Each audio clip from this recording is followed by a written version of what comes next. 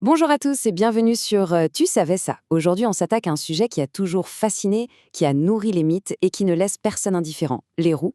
Une chevelure de feu, une peau diaphane. On a tous une image en tête. On va donc décortiquer ensemble les secrets scientifiques et les anecdotes les plus folles à leur sujet. Le genre de savoir parfaitement inutile et donc absolument indispensable. Alors, la question est posée. Qu'est-ce qui les rend si spéciaux? Est-ce que c'est juste une question de couleur, un simple pigment, ou est-ce qu'il se cache quelque chose de bien plus profond derrière tout ça? Eh bien, préparez-vous, parce qu'on va plonger dans leurs secrets, et vous allez voir, c'est assez bluffant. Pour commencer à comprendre, il faut aller voir à la source de tout. Je veux dire, vraiment à la source, dans nos gènes. Parce que oui, être roux, ce n'est pas un choix de coiffure, c'est une histoire qui est écrite bien avant notre naissance, dans notre ADN. Et le voilà, le grand responsable, le gène MC1R. Son petit nom, c'est récepteur de la mélanocortine 1. Mais on va rester sur MC1R, c'est plus simple. En fait, tout part d'une toute petite modification, une mutation, sur ce gène bien précis. C'est ça et rien d'autre qui est à l'origine de cette particularité. Ok, petit point technique pour que tout soit clair. Il faut qu'on parle de la mélanine. C'est quoi? C'est tout simplement le pigment naturel qui donne leur couleur à notre peau, à nos yeux, à nos cheveux. Facile, sauf que le piège, c'est qu'il n'y a pas une seule mélanine. En réalité, il y en a deux types. D'un côté, il y a le mélanine, pensée foncée.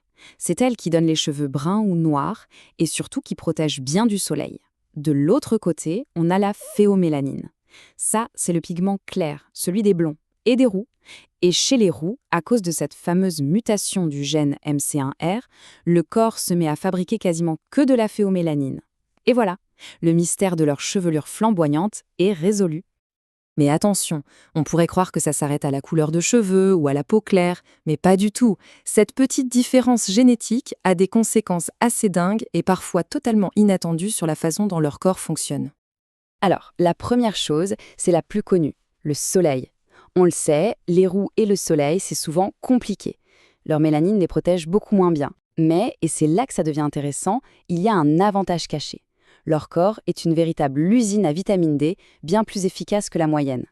Et puis, il y a ce rapport très étrange à la douleur. Cette histoire de vitamine D, ce n'est pas juste un détail. Imaginez-vous dans le nord de l'Europe, en Écosse, en Irlande, des endroits où le soleil est une denrée rare. Eh bien là-bas, être capable de fabriquer sa vitamine D avec très peu de lumière, c'était un vrai super pouvoir évolutif. C'est d'ailleurs l'une des raisons qui explique pourquoi on en trouve beaucoup plus là-bas. Bon, on a parlé du soleil, de la vitamine, mais revenons sur cette fameuse question de la douleur. Comment est-ce possible qu'une simple couleur de cheveux puisse changer la façon dont on réagit à une anesthésie, par exemple? Ça paraît complètement fou, et pourtant. Alors là, accrochez-vous, parce que la science elle-même est fascinée. Ce fameux gène MC1R, il ne gère pas que les pigments. Il influence aussi les récepteurs de la douleur dans le cerveau. Résultat, les roux sont souvent plus sensibles à la douleur liée au chaud ou au froid. Et, le plus spectaculaire, ils peuvent avoir besoin de jusqu'à 20% d'anesthésiants en plus. Une info que les médecins connaissent bien. D'accord, on a vu la génétique, la biologie. Maintenant, prenons un peu de recul. On fait un zoom arrière et on regarde la carte du monde. Quelle place occupent les roux sur la planète? Le chiffre, il est minuscule. Seulement 1 à 2% de la population mondiale. C'est une vraie rareté à l'échelle de l'humanité. Cette exclusivité explique en grande partie pourquoi ils ont toujours autant fasciné, et parfois, malheureusement, pourquoi ils ont été la cible de préjugés. Mais ce petit pourcentage est très mal réparti. C'est une question de géographie. Allez faire un tour en Écosse, et là, c'est plus de 13% de la population qui est rousse. En Irlande, c'est 10%. En France, on est plus dans la moyenne mondiale, autour de 2 ou 3%. Par contre, en Asie ou en Afrique, trouver un roux naturel, c'est mission quasi impossible.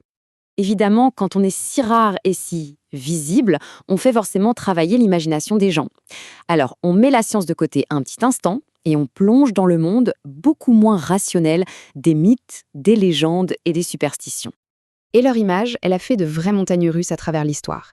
Dans l'Antiquité, on les associait à la trahison. D'ailleurs, Judas était très souvent représenté en roux.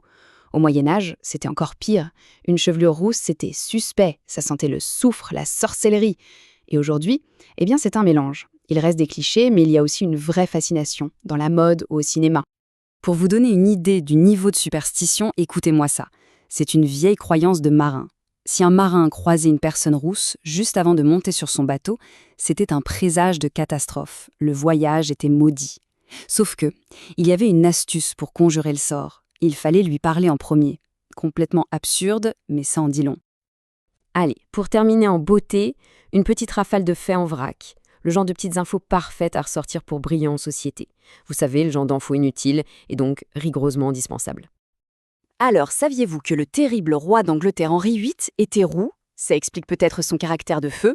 Autre chose, en vieillissant, les roux ne deviennent pas gris. Leurs cheveux perdent leur pigment, passent souvent par le blond, puis deviennent d'un blond argenté. Et bien sûr, comment ne pas penser à la famille la plus célèbre de la littérature récente, les Weasley, dans Harry Potter, un magnifique hommage. Finalement, après ce petit tour d'horizon, entre la génétique, la biologie et les superstitions, on peut se poser une dernière question. Et si le véritable secret des roux, ce n'était pas dans leur ADN, mais tout simplement dans leur existence? Une existence qui nous rappelle à quel point la diversité humaine est une richesse incroyable, toujours pleine de surprises. À bientôt pour un nouveau sujet.